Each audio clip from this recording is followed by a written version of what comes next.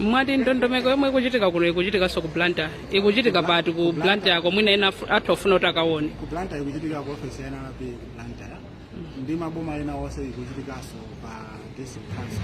Ifeyo tupaja timati tikasindikiza chiphaso ntchito yathu si yoti munthu akagwiritsa ntchito chisankho chokha. Ifeyo timagwira ntchito imeneyi kuti munthu akathe kugwiritsa ntchito pamtukula pa khomo komanso akathe kutengera chiphaso cha paulendo passport kapena choyendetsera galimoto. So ntchito zake ndi zosiyanasiyana. Nkhawa yawo ina inaliyo kuti pakadali pano kuchitika kalembera kuno ku Lilongwe ndipo ziphaso zambiri zomwe zapezeka kuno ndi za Lilongwe. Mungafotokozepo bwanji pamenepo? Ndinanena kuti poti ntchito ya kalembera waunzika ndi chisankho zimafanana kuti munthu akangogwiritsa ntchito chiphaso chija kuti akalembetsere, koma sizingatheke kuti chiphaso chimodzi alembetse anthu awiri kapena munthu umodzi kulembetsa ziphaso ziwiri.